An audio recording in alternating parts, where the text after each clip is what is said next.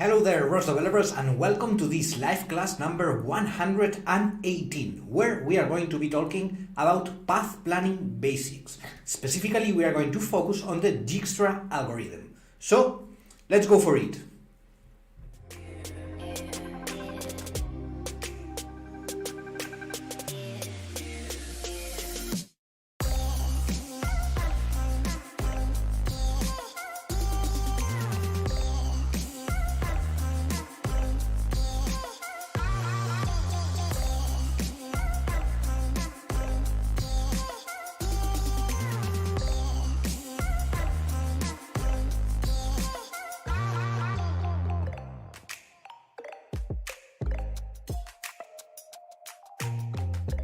Alright, so hello there developers, and welcome to this new live class number 118, where, as I have just said, we are going to be talking about the Dijkstra path planning algorithm. Okay, we are going to see a little bit the basics and how it works and what is the magic behind it. So welcome everybody. Let me first of all, as always, make sure that everything is fine. So let me know please in the chat if everything is okay, if video is okay, sound is okay, so that we can keep going. Hello Engineering Nations, hello from France, says Thomas. Hello, welcome everybody.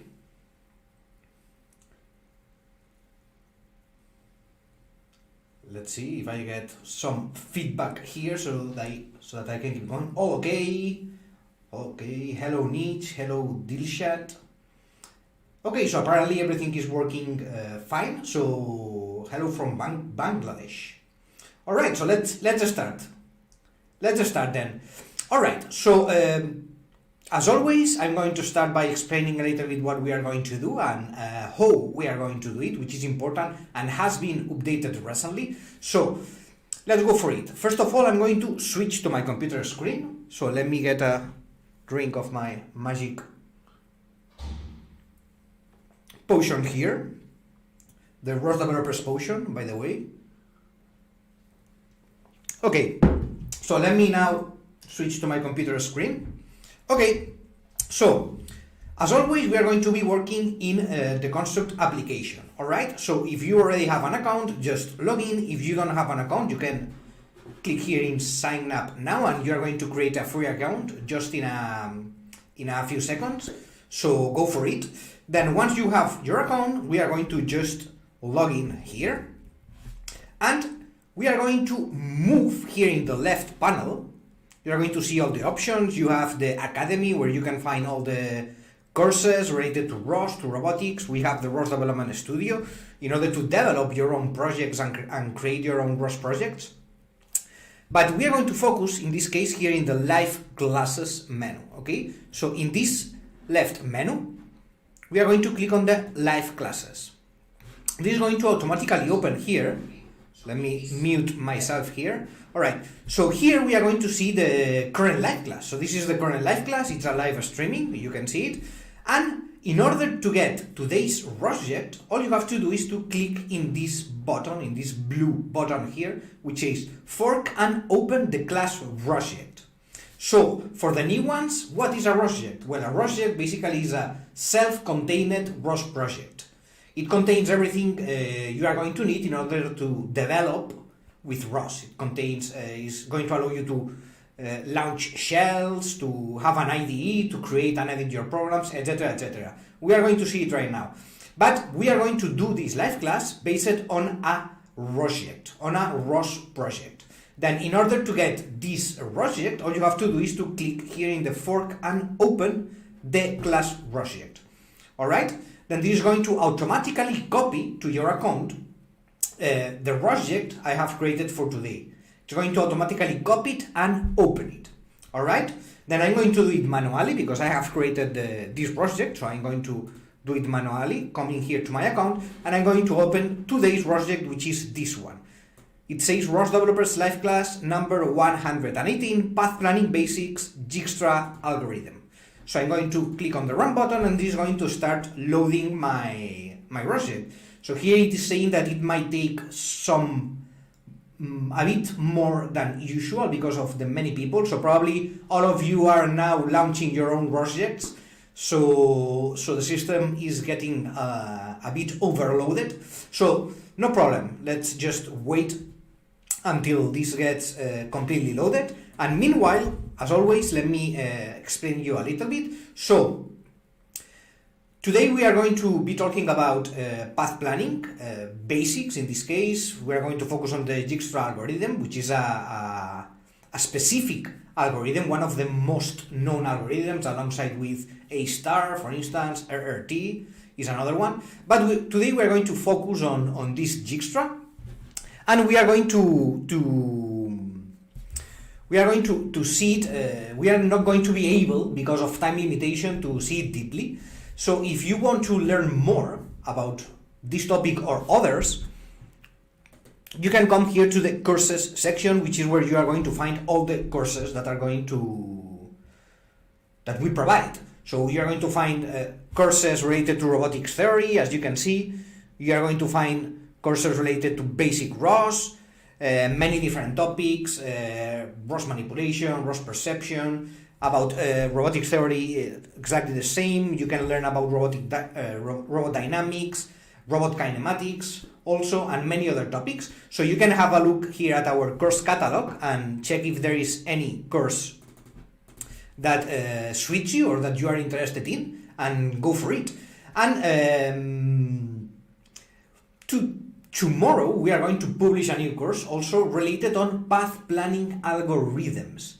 So we are going to publish this course, which is going to cover more in detail the Dijkstra algorithm that we are going to explain a little bit today. It's going to cover other path planning algorithms like A star, RRT. So this course is going to be published tomorrow. Okay, I'm going to explain a little bit more at the end of the live class. Once we have completed the class, I'm going to explain it a little bit better to you. But I just wanted you to show you here our courses catalog. Let me come back here. This is still loading, by the way. It says 7 minutes. This is a bit too much. So you may need to wait a bit more than usual. We are working to improve it. Okay. So has your rosject already been loaded, or are you still waiting for it to load? Let me know in the chat. Let me have a quick look here. Okay, I can see many people, many messages. Everything is clear. Hello from Brazil, says Vinicius. Hello from Turkey, also Ibrahim. Alberto, sir, please help me run the project by Marco. What do you mean? Science Geek? To help you run the project? I don't know.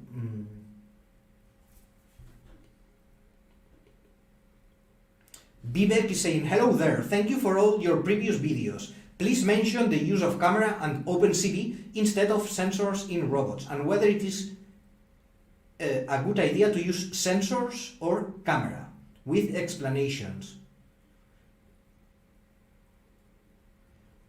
Use of camera and OpenCV instead of sensors in robots. Yeah, actually, Vivek, let me, now that you mentioned this, let me show you here that we actually have a course based on OpenCV. Here you can find it in our academy. We have this course, which is OpenCV Basics for Robotics.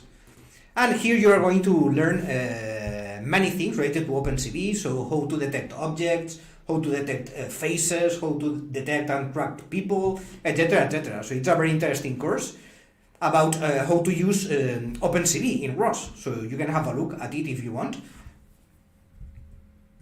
Let me check here. Hello from Vietnam, says also Quang.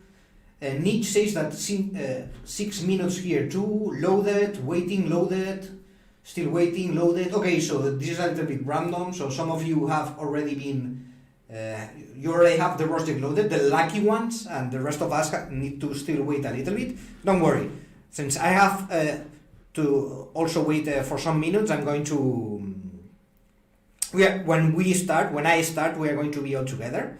So by the way, let me show you here, meanwhile this is loading. As you can see, this is a new feature also that was added last week, and it's this live class stream here in the rosject itself, okay? So you can follow the live class video without having to leave the rosject page. So you are going to be able to be working at the same time that you see and listen to the live class. Also, we have here this button, show video and live chat, which is going to also show the chat. To the live class. Also, let me mute myself here. Show video and live chat, which is going to also, if I can, show the chat. There we go. Okay, yeah, so mine is starting to load now. So as you can see, you can have here at the right side of the rosject screen, you can have the live stream open and the chat. In case you have any doubt, you can type it here, or in case you want to say anything, you can type it here, okay?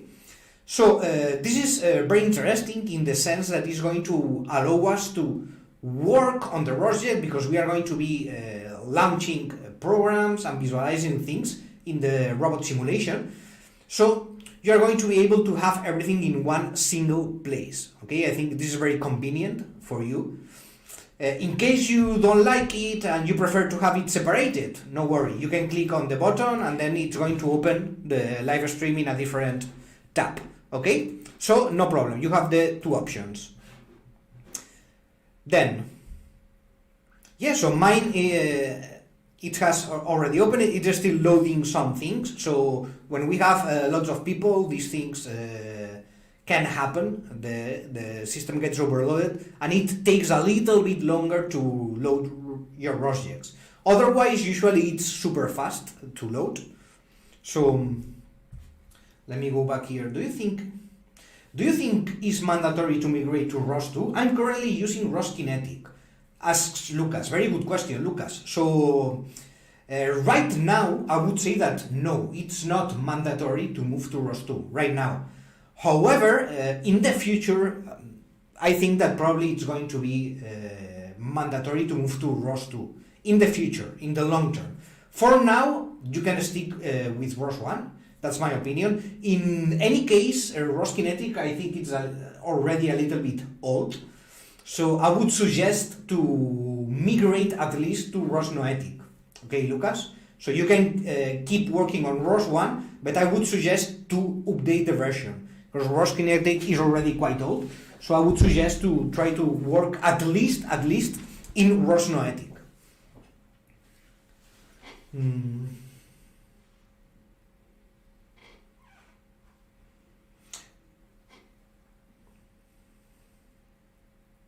I can see Ricardo is also here answering some questions, helping me to answer some questions.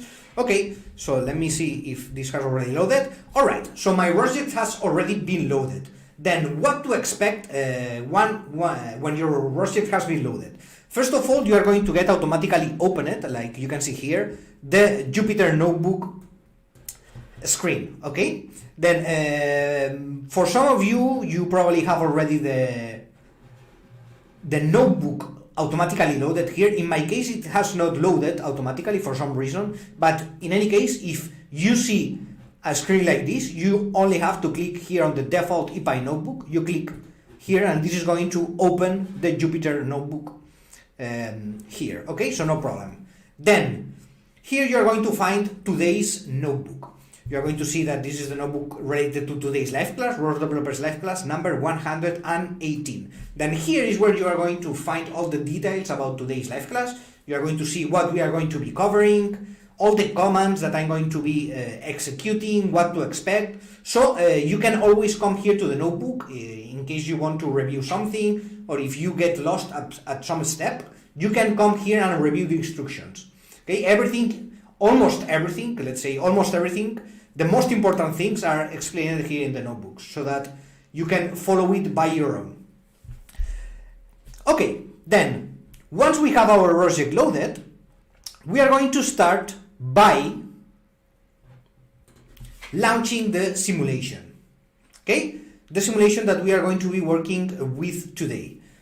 So for this, you have the instructions to follow in this section, how to launch the simulation. The first thing we are going to do is to open a web shell. here the first icon in the bottom left corner. You have all the icons in order to open the different tools that we are going to be using. Then the first one, starting from the left, is the web shell. So this is going to open a web shell. As you can see, this is a regular Linux shell where you can type commands, whatever you want. Then, once we have the shell opened, we are going to execute the next command. The command we have here, ROS launch unit2 pp simulation unit2.launch. So what I'm going to do is to directly copy the command here from the notebook. Going to copy it, Control C, and I'm going to paste it directly here, Control V, in my shell. And I'm going to execute it. Then with this command, what I'm doing basically is to start to launch the Gazebo simulation. Alright? Then I have actually launched the simulation, but I am not yet visualizing the simulation. So for this, I need to open the client in this case. So I can do this by pressing on this button in this cube-like icon that we have here, which is for opening Gazebo. Then you can directly click on this icon here, and this is going to open Gazebo so that you are able to visualize the simulation. So here we are going to see a new feature. So as you can see, this is something that has been introduced completely as a new feature for this live class. So what you are seeing here is actually GZ Client, which is the client of Gazebo. So we are not seeing anymore here GZ Web. All right? So don't get scared. If you are used to work in ROS.js and you see this screen, don't worry, don't panic. This is normal. This is just GZ Client. It's the client in order to visualize Gazebo simulations. And it works, in general terms, much better than GZ Web, especially for visualizing textures, for visualizing meshes, etc. All right? Then what you can see here is the simulation that we have just launched. So let's get a little bit far away from it. Here. Let me see.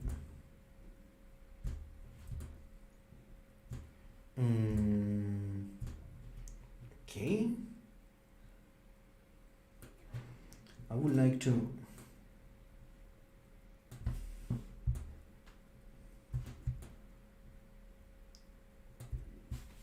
rotate this.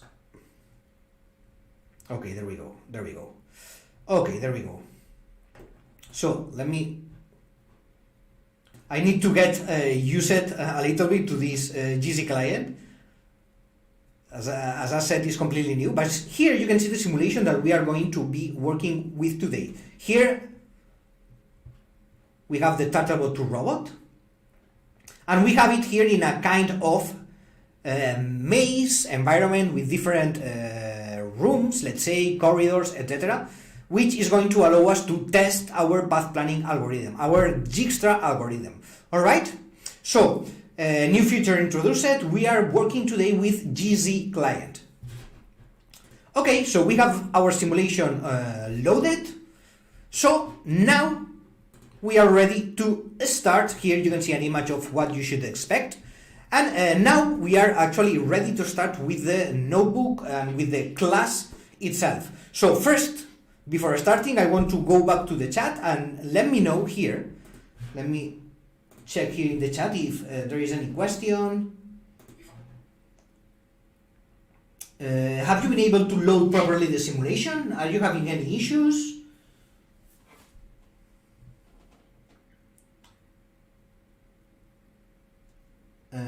In Dijkstra's algorithm, we have to evaluate the cost of every single node, correct? Yes, that's correct, Kumar.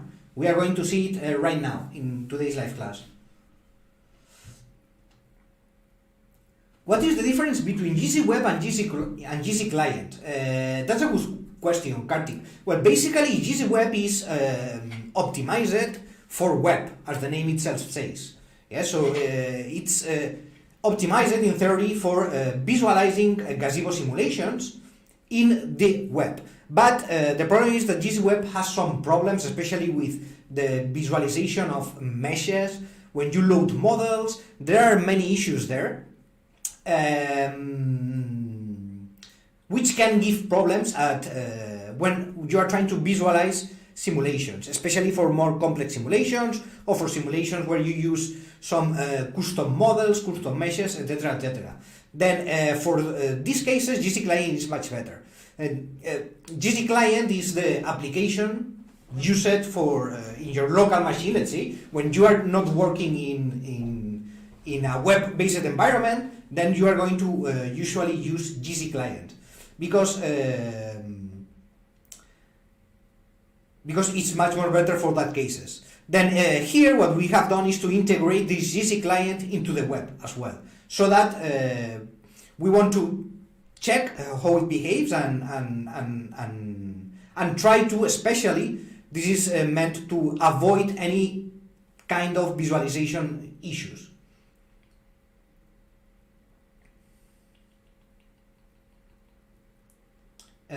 Jesus Capitan is asking, I am not sure how to download the rosject. In my rosject page I have it and I have a button to run it, but how to download it with the code, the notebook, and so on. So if in case you want to download it, I don't know if you have here, you have here a button, as you can see, Jesus. If you go inside the rosject, you have the share button in case you want to share it. You can edit information, remove it, and you have here the download button. Okay.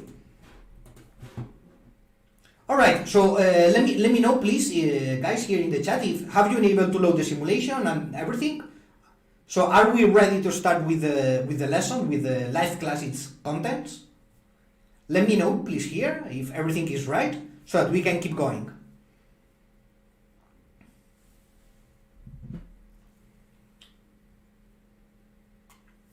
Yeah, I got an idea of GC Web and GC Client. Thanks. No problem, Kartik. Yes, says Thomas, in a very enthusiastic way. I like that.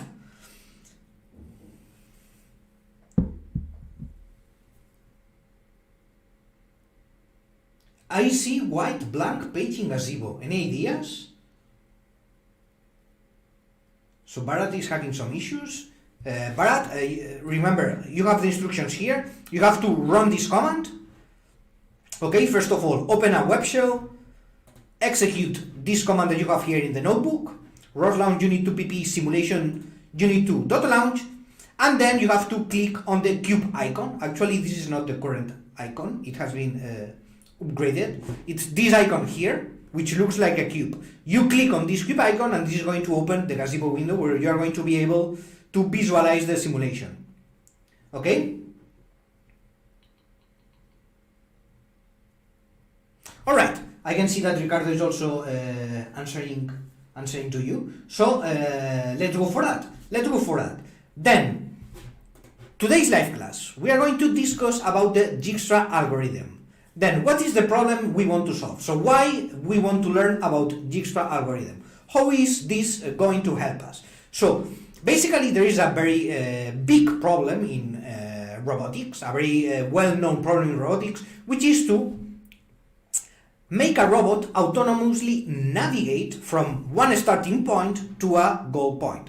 Yeah, so here we have the starting point, the initial point, which is marked as a blue square, and the goal point, which is marked as a red square. Okay, then as you can see here, there are many possible paths which our robot could take in order to arrive to the red square. The thing here is to find the shortest path, the optimal path in order to arrive to this goal location, right? Because we want our robot to arrive to this goal location in the shortest time. So we need to somehow have a way of calculating what is the shortest path from this starting point to this end point. Okay? Then for finding this path, we are going to use, in this case, the Dijkstra algorithm. Alright? Then, for this example, we are going to do some assumptions. The first assumption is that the robot has a map, as we can see here. Okay, so we have a map. Then the robot knows the location in the map. Second assumption. Then the environment does not change. So we are working on a static environment. And the final assumption is that the robot can move up, down, left, or right as long as the space is free. So here we can see that we have this map, this environment divided in squares, and some of them are marked as white and some of them are marked as gray. The white ones are free space. The gray ones are occupied space, so obstacles. Here are just squares where the robot cannot pass through because there is some kind of obstacle. Let's say a wall, for instance. Alright? So the robot can only move through the white squares. Okay? Alright. Then let's first of all do a quick test of this. So for this we are going to execute this command. ROS-launch unit2 pp unit2 exercise.launch. So I'm going to copy directly this command from the notebook and I'm going to execute it here in a new shell. What I'm going to do is to minimize this shell, the one where I have the simulation running, so that I don't close it by mistake or something. I don't want to close my simulation, so I'm going to minimize it, and I'm going to work on a completely new shell. Then here I'm going to paste the command, this command here from the 1.2 section, test environment of the notebook. I'm going to copy and paste this command and run it. Then basically this has opened an RVS window. What is an RVS window? RVS is a tool that is going to allow us to visualize complex data in ROS. Alright? Then in order to visualize this, we need to click on the icon here of the graphical tools. So in this bottom left menu, the last icon here, which looks like a computer, if we click it, this is going to open the graphical tools. Alright? So here, let me put this a little bit bigger. And actually I'm going to maximize. You can double click here in the window and this is going to maximize. Alright? So here, what we can see basically, let me maximize it in fact. Here basically we can see a representation of our environment. So here we have our environment, which is divided in different squares or in different cells. In this case, it's divided in cells, and we can see here the light ones, which are free space, and these darkest ones, which are obstacles. And if you check the simulation, here you are going to see that basically this is a representation of, let me try to put it here in a way which matches. There we go. Let me go a bit up here. See? So if you check the simulation, you can see that here in RVS, here in RVS we have a representation of our real environment. So we have the robot here in this main room in the center. We have an obstacle here right in front of the robot. You can see it here in the simulation and here in RVS, as well with the rest of obstacles, okay? So basically here we have a representation of our simulated environment. Then here from RVS, we can send a goal position to our robot very easily by clicking on this 2D nav goal button. So here in the top section of this RVS window, you have many options. One of them, as you can see, it says 2D nav goal. So we can click on this button and then click anywhere we want in the map. For instance, let me click here. I'm going to set the goal here in this pink arrow that has appeared in the map. Okay, so in this case, nothing is happening, okay? I have set the goal, but nothing is happening. Why? Well, if we come back here to our shell, we are going to see an error message which says, aborting because a valid plan could not be found, even after executing all recovery behaviors. So here it is saying, hey, I have not been able to found a path. Okay, why? Well, because actually we are not calculating any path at this point. Yeah, so you can see here, no path returned by Dijkstra's shortest path algorithm.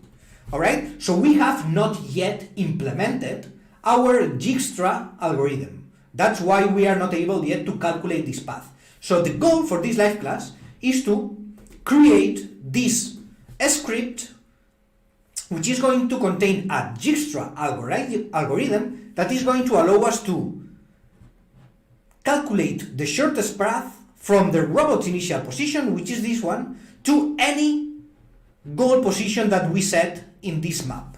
Okay, this is the goal for today's live class, and we are going to achieve it, let me tell you. Alright? Okay, so now that we have got a little bit more familiar with the environment, with the Gazebo Simulation, with the RVS tool that we are going to use in order to send goals to a robot and to visualize the process of calculating this optimal path, once we have got familiar with all these tools, we are going to go for the Dijkstra algorithm. So let me make this a bit smaller again, and let's go back to the notebook. Okay, so we are going to see right now a step-by-step example of how the Dijkstra algorithm works behind the scenes. So what is the logic that this Dijkstra algorithm uses in order to find this optimal path? Okay, we're going to go for this. Let me have a quick look at the chat here.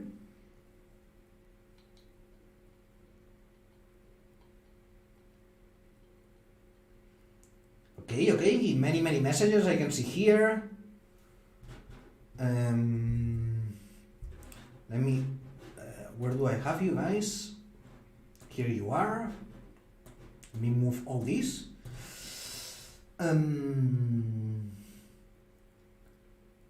Okay, I can see some questions here. Actually, some other questions for Ricardo, which are not related for today's live class.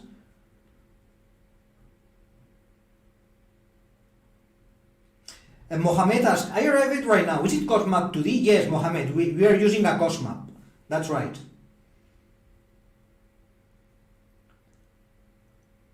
This is awesome, says Kumar. I like that you are loving this live class, Kumar. I also think this is awesome. And it's going to get even more awesome as we go further in today's live class. So, just stay there. It's going to get even better. Alright, then let's go for it. So let's see this step-by-step example of how the Dijkstra algorithm works. So we are going to assume that we have the following environment. Okay? Then we have divided this square in different cells. It's a 5x5 grid map. Okay? And we have named each of these cells with a letter. Yes, A, B, C, D, E, F, G, H, A, and so on. Then the white cells are cells where the robot can go through. So are cells which represent free space, okay? And these black cells are cells which represent obstacles. So they are cells where the robot cannot go through them, all right? And we can see also here that we have marked in blue, highlighted in blue, this cell Q, which is the starting point, and we have in red here this cell N, which is the goal point. So, how are we going to find the shortest path from this starting cell Q to this goal cell N?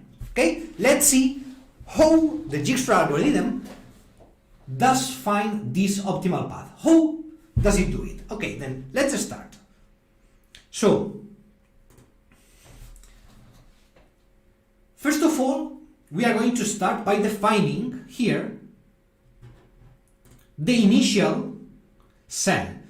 In fact, I'm going to rename this because the cell is used a lot when talking about cost maps, okay? But I'm going to name all these cells, all these squares as nodes, which is actually the correct notation when talking about Dijkstra algorithms and other algorithms, yes? So we are going to name all these cells as nodes. Then the first thing to do is to select our starting node, which is this node Q, right? Then what we are going to do is to calculate the G cost of this starting node. Okay? What is the G cost? The G cost is the cost of any of the nodes in our map to this starting point. Alright? This is the G cost. Then the G cost from the starting node to this node, which is the starting node, is obviously 0 because it's the same node. Okay? Make sense? Alright. Then we are going to select this as our current node. We are going to mark current nodes, by the way, in this process. We are going to highlight them in a black border, as you can see here, yes, in a thicker black border. So we have the current, our current node, which is this node Q. Then the next thing we are going to do is to find the neighbors of our current node. In this case, we are going to consider neighbors as the nodes which are up, down, left, or right. Okay, in this example, we are not going to consider neighbors as the ones which are in diagonal. Like it would be the node K, the node U, node W, or node M. Okay, in this example, we are going to just consider the nodes which are up, down, left, or right. Okay, so in this case, with this assumption, the neighbors of the node Q are these nodes: node L, node V, and node P. These are the neighbors. Okay, why node R is not a neighbor? Well, it is a neighbor, but as you can see, it represents occupied space, so the robot cannot go through this node R. So we are going to just discard it. Okay, we are just going to consider the nodes where the robot can pass through, the white nodes.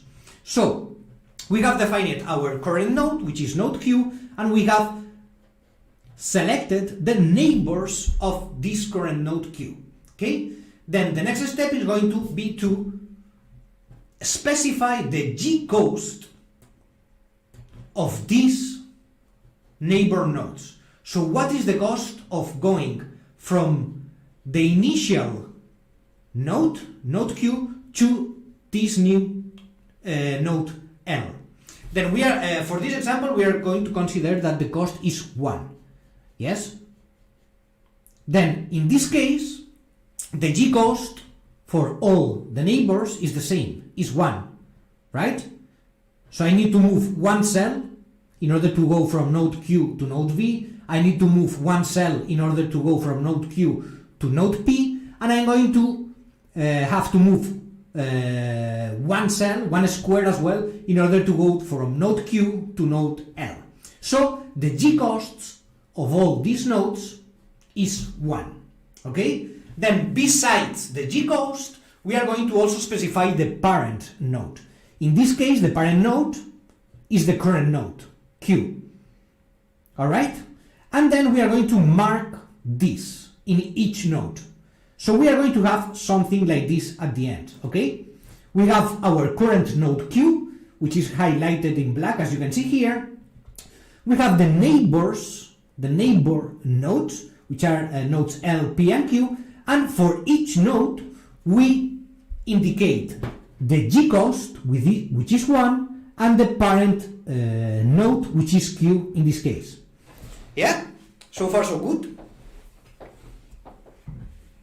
Does it make sense?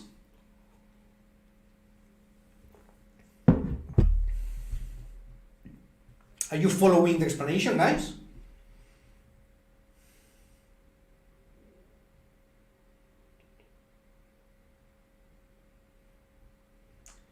Soraya says yes.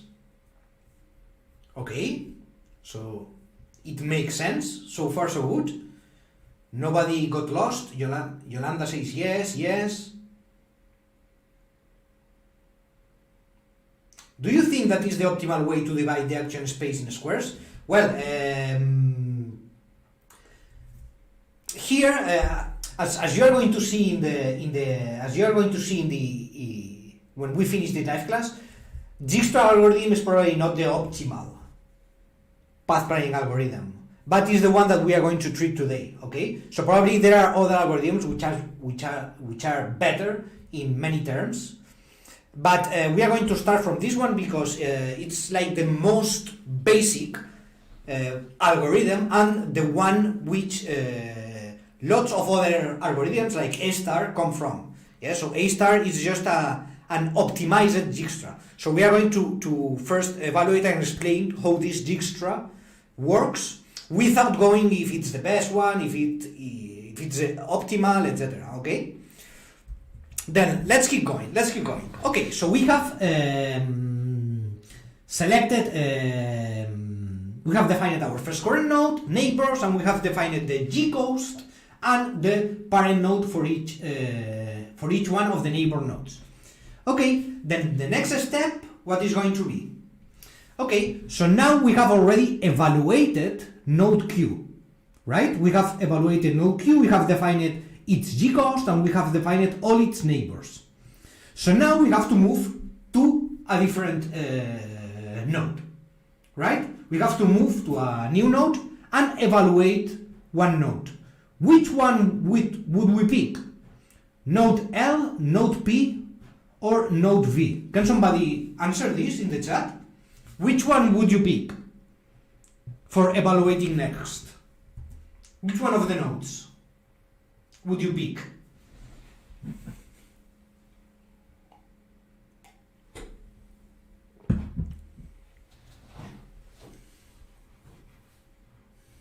Let's see what you say. Node V, node V. Everybody saying node V? Why node V?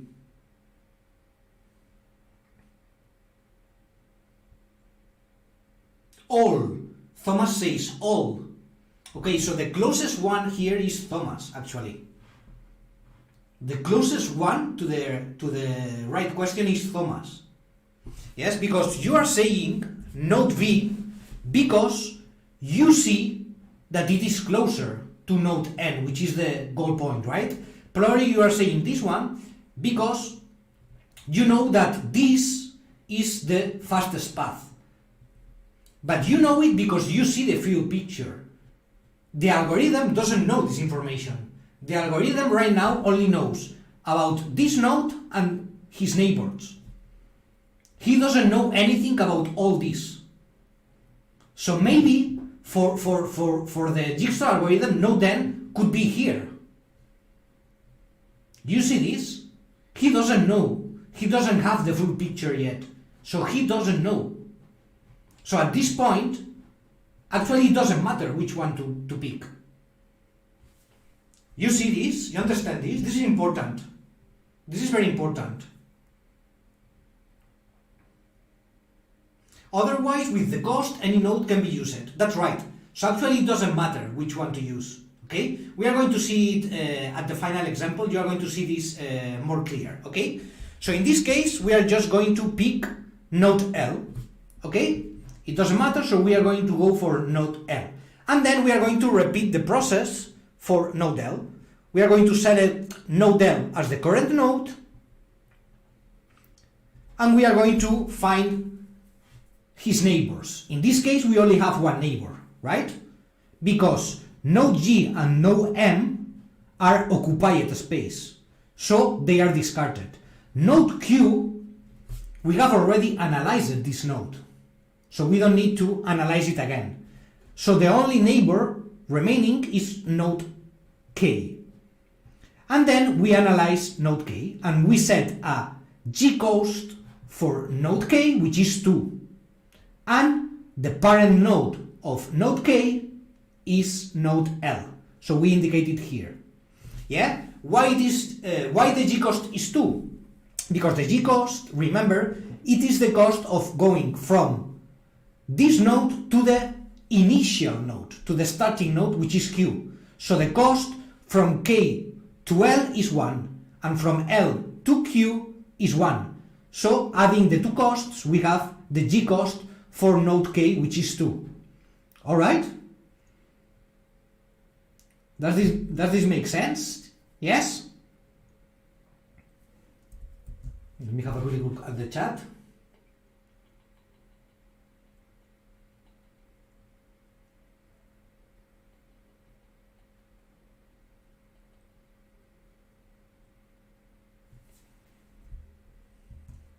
Okay, then, okay, so once we have defined these first two steps, we would repeat this on and on and on, okay? So we would keep going. In this case, after we have evaluated node L, we move to node V, this one.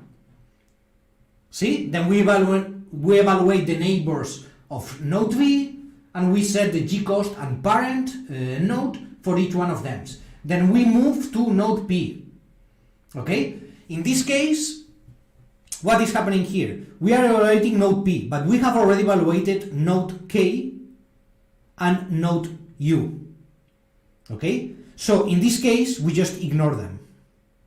Okay, let me get a drink. I'm getting my throat really dry because I think I'm talking too much. And then we keep repeating the process. On and on and on, analyzing all the nodes, okay? And for each one of the nodes, this is important, we store the G cost information and the parent node information, okay? And then eventually, evaluating all the nodes, at some point we are going to reach node N, which is our goal node, yeah? Then once we have the node N, which is the goal node, as our current node, we have finished with the algorithm, okay? But we have finished with the algorithm. We don't have yet the shortest path. What we have right now is the information of all these nodes. We have the information of all these nodes regarding their G cost and their parent nodes. Yes? What we have right now is all this information. So, at this point, what we are going to do is to start going backwards from node N until we reach the initial node. Okay?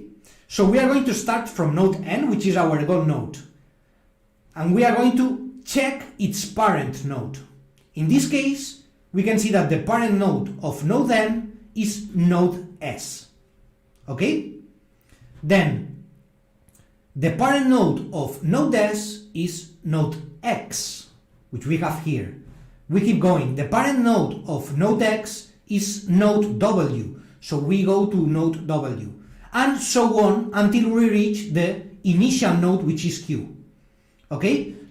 This way, we can find the shortest path. So once we have all this connection between the goal node and all its parent nodes until we reach the initial node, we can just reverse this and we are going to have the path in order to reach from the initial point, which is node Q, to the final point, which is node N.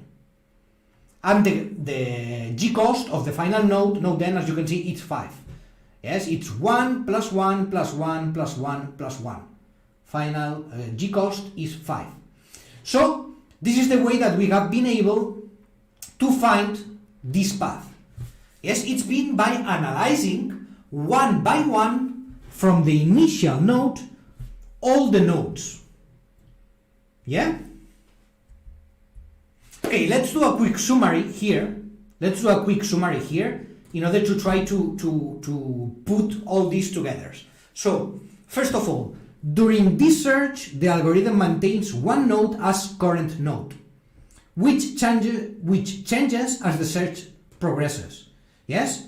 So, basically what we are doing through all these images, through all these steps, is to keep changing the current node, as you can see, and analyze its neighbors until the current node is the destination node. Yeah? Then neighbors are all nodes that are accessible from the current node. Yeah? So neighbors are all nodes that are accessible from the current node. Then nodes on open list have been discovered as neighbors but have not yet been selected as current nodes. So this open list, in the open list are all the nodes that are marked here in orange. So open list are nodes that have been discovered as neighbors but have not been yet analyzed as the current node. Once we analyze one node as current node, then we set it, we change the color to yellow, which basically means that we change it to the close set list.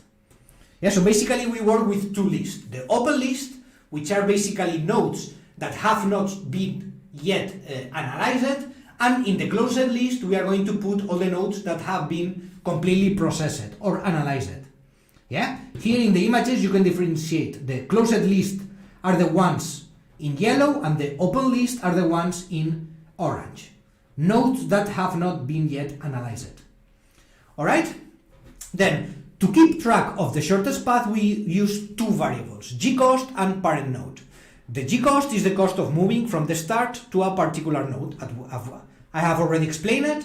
This gcost, this number, for instance 4, is the cost of moving from the initial node Q to this Y node, which is 4. Yes, it's 1, 2, 3, and 4. This is the gcost. And the parent node is the node who has first discovered the node in question. Yeah? This is the most important information that we work with in the Dijkstra algorithm. The gcost and the parent node, because this, as you have seen here, allows us to create the path. This information is the one that allows us to create the path at the end. Alright? Then, if we want to create an algorithm, we need to describe all this process in a programmatical way, right? So this is what we are going to see here, in the implementation. So, these are the steps, thinking in a programmer way. These are all the steps that we need to do in order to implement a Dijkstra algorithm. So, first of all, we need to mark an initial node, right? Which is basically the point where the robot is going to start. In our example, this initial node is node Q, right? This is our initial node, node Q. This is the first step. Then, while open list is not empty, so while we have nodes in our open list, which means that we have nodes that can be analyzed, these ones in orange, what we have nodes that are yet to be analyzed, so that they are in the open list, we have to do the following. First of all, we extract the node with the smallest gcost from the open list and call it current node. Yeah. So if we have many neighbors here, we are going to start analyzing the one with the lowest gcost. In our example, all of them have the same gcost, so it doesn't matter which one to pick. Okay, but the general idea is to always pick the node which has the lowest gcost. Okay, this is the general idea. Okay, so we extract the node with the smallest gcost from open list and call it current node. Then we mark it as visited by adding into closed list. So once we have analyzed our current node, once we have analyzed the current node, we are going to mark it as visited, as already analyzed, already processed, and we are going to put it into the closed list. Yeah? Let's keep going. Step 4. check if current node is the target node. If so, go to phase 2. Otherwise, continue with step 5. So we are going to keep checking if the current node we are working on is the destination node, right? If the current node, like it happens in this image here, if the current node is the destination node, then we are going to stop our search, stop our analysis, and go straight to phase 2, which is basically to build the path. Yeah, this happens when the current node we are analyzing is actually the destination node.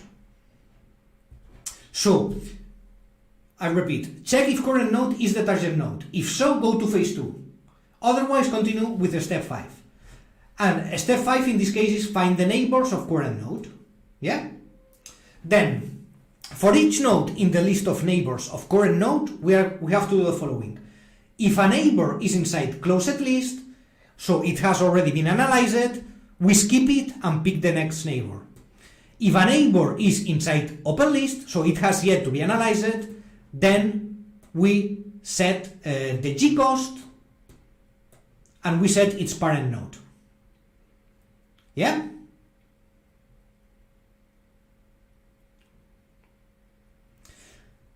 And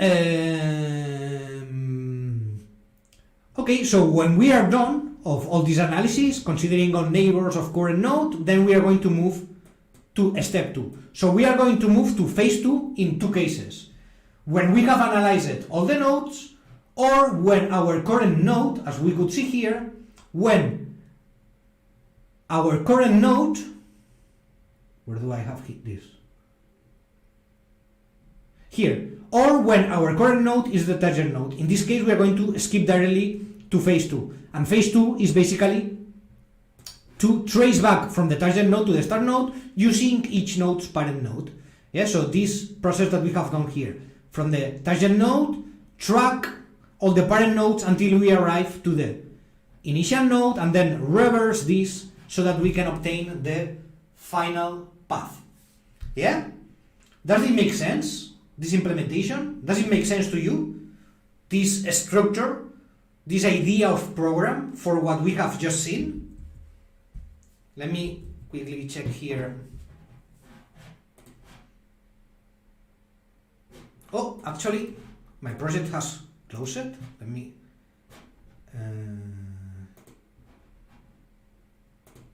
go here. For inactivity, I got taken out. Okay, so I was checking here. Let me quickly check here the chat. For inactivity.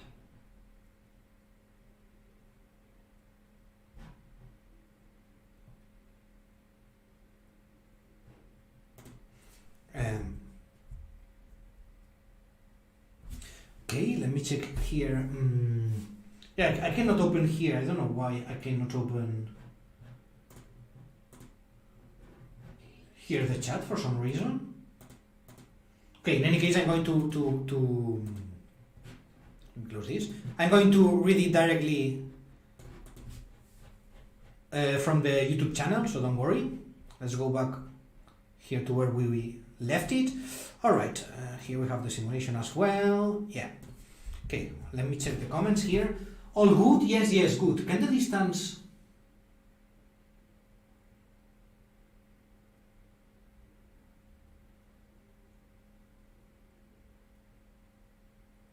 Can the distance be measured with respect to Euclidean? What do you mean, the distance between nodes, Kartik? Kumar? Will the algorithm stop without visiting nodes C, D, E, E, J, and O? So you mean all these nodes? Yes. So once the current node we are analyzing is the target node, the algorithm will stop. So all these nodes will not be analyzed. Yes, that's it. So the answer is yes, Kumar. Okay, K is 2 cos. Yes, all clear. Clear. Jennifer, David, yes. Okay, great.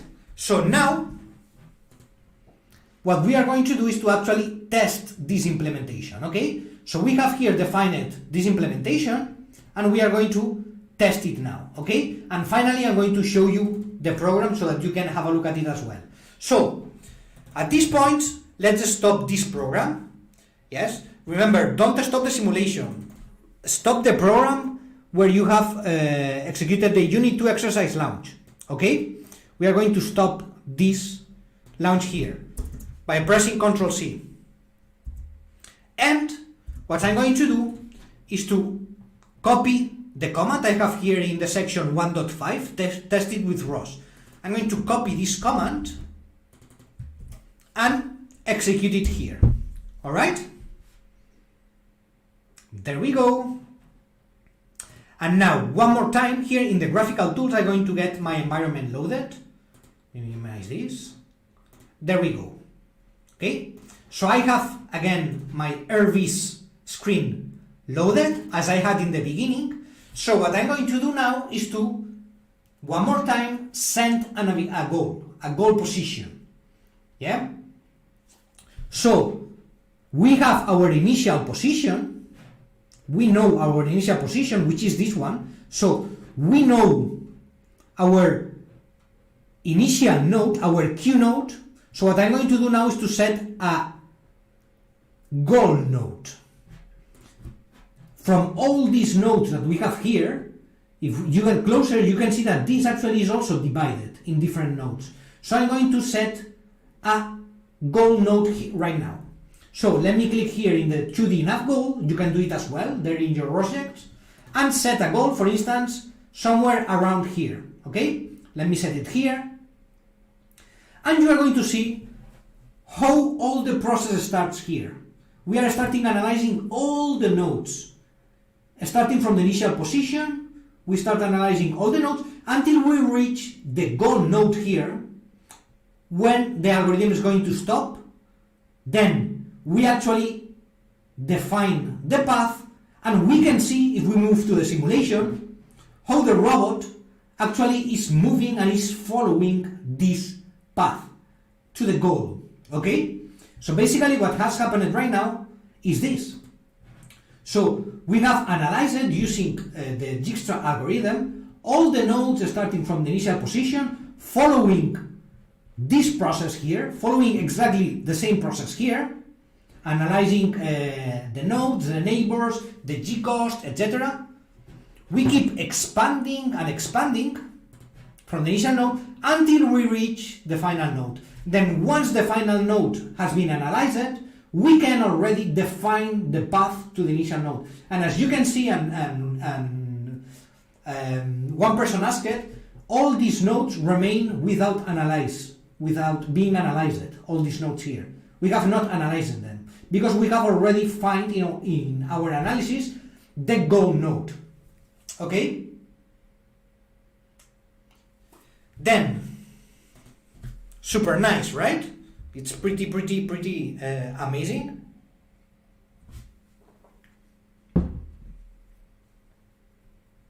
Wow, says Kunar. Yeah.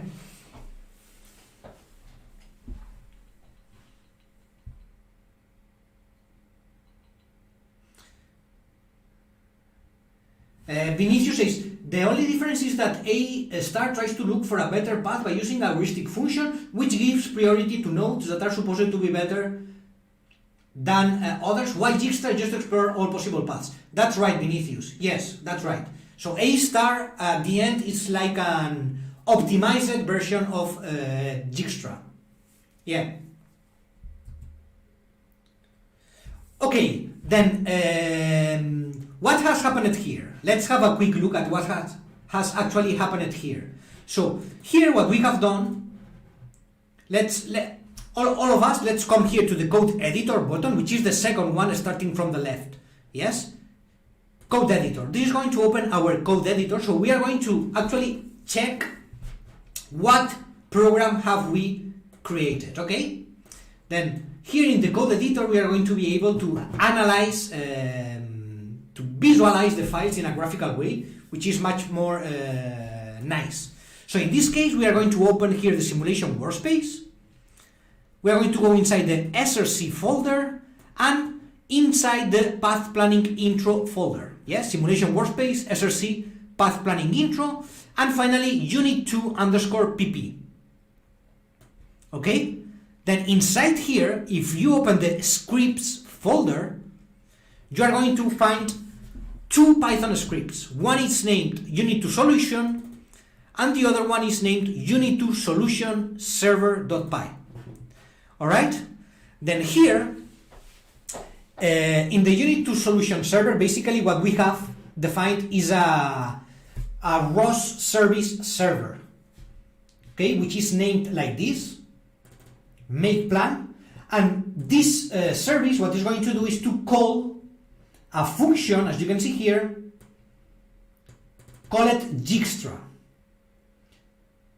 And we are passing to this Dijkstra function all these arguments: the start node, the goal node, the width and the height, information of our cost map, the resolution, and the origin of this map, okay, and some RVS related information. Then this Dijkstra function, we can find it inside this unit2solution.py program. Okay, here we can see actually the Dijkstra function, which we have it down here. Then in this Dijkstra function, basically what we are doing is to replicate the logic that we have defined here in the implementation section. Yeah, we can analyze it very quickly. We are going to have a quick look at this script, okay, in order to orientate you a little bit so that you can check it when this live class finishes. So first of all, we have the find neighbors function. This function basically what it's going to do is to find all the neighbors of the current node. Yes, so it's going to find the neighbors of the current node. In this case, there is one particular difference with our example, which is that we are actually considering also the diagonal nodes. Yes, so as you can see, we are checking for the upper nodes, left node, upper left, upper right, right, lower left, lower right, and lower.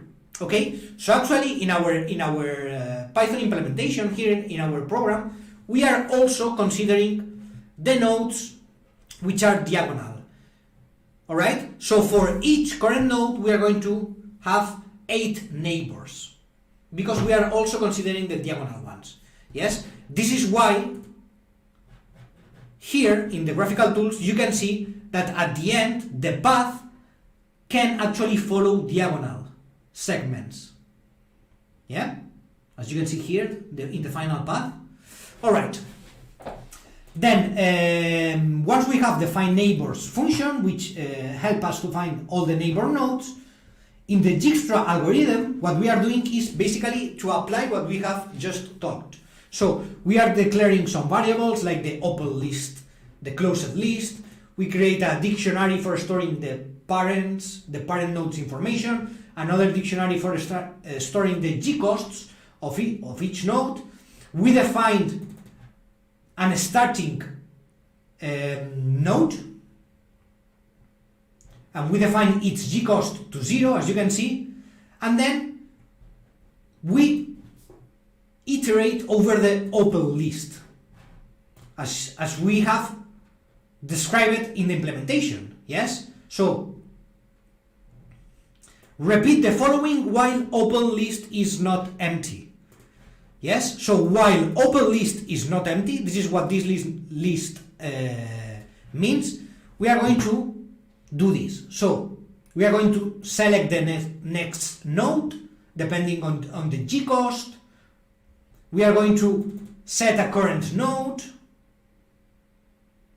Once we analyze this current node, we are going to add it to the closed list because it has been analyzed. If current node is the goal node, then we are going to set path found as true, and we are going to break, we are going to stop. Yeah, remember this. Once our current node is the goal node, we stop the algorithm. Yes, this is basically what this means here. Okay, and then for each of the neighbors we are going to define the g-cost of each neighbors, etc., etc. Okay? So here you can analyze, because we are already some minutes past the time, so you can analyze here and compare all the program with the implementation we have defined here. Okay, you are going to see how all the steps are implemented in a very easy way and very self-explanatory way in this Python script. Okay? So yeah, basically that's it. So I encourage you please to have a look at this Python script. You can check it, see what's going on. You can even try to modify some things and see how it affects the path. You can try sending here different goal positions and see what happens. Send positions which are in obstacles, for instance, and see what happens. So please check all of this, because this is how you are going to really learn and get the most from this live class. All right? So let me have a quick last look here at the chat.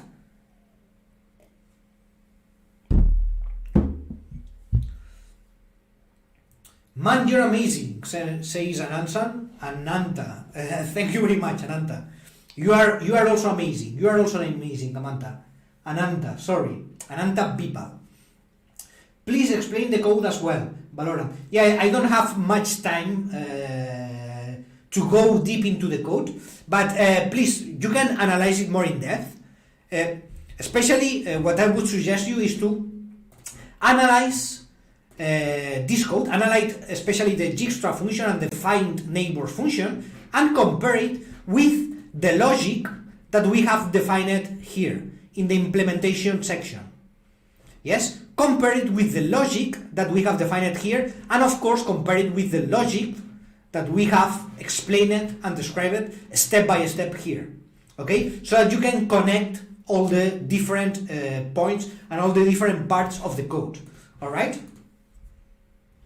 Also, you are going to find here in the program, you can see that you have comments for almost every section of the code, which explains what is going on in each in every part. You can see that you have explanations here in these comment lines. Yes, explaining what is going on in every part of the code. Okay.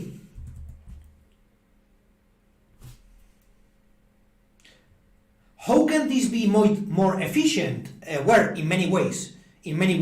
So the Yule loggers is asking, how can this made more efficient? So for instance, here, let me come here very quickly. So for instance, here you can see that we are analyzing many nodes for here and here that we are actually not using. Yes, we are analyzing a huge quantity of nodes that at the end are not used for our path. So all of these nodes that are in yellow are nodes that have been analyzed. Yes? So all this takes computational resources, of course. And the bigger the map is, the bigger the map is, and the longest our goal is, the more nodes that we are going to need to analyze. So that's a huge amount of resources that we need in order to calculate all this. So, of course, this is not optimal. It would be much more optimal if we can, initially, for instance, discard lots of these nodes that we are not going to use, for instance.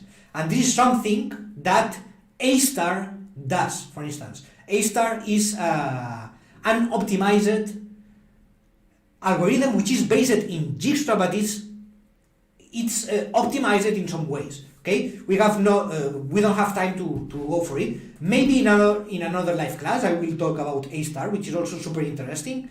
But today, unfortunately, we don't have time for more. So let me come here and say goodbye to all of you guys. Thank you for the class. How can this be made more efficient? You guys are so helpful. Thank you very much. You're welcome, Jennifer. You're welcome. It's our pleasure to try to share our knowledge and everything we know about ROS and robotics with all of you. it's our pleasure and it's our goal, yeah, to make robotics learning and ROS learning easier and more accessible to everybody.